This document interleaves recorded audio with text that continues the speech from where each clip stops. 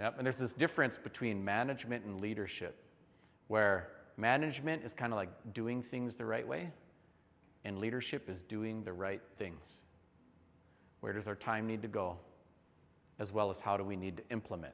One other quick analogy that might be useful, in the Ojibwe culture we have a clan system. So there's either a four-legged animal or bird or a fish, and they double as a symbol for your family as well as a spiritual guide.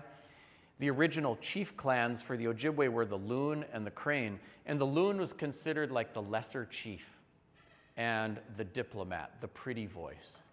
They'd speak first, speak most.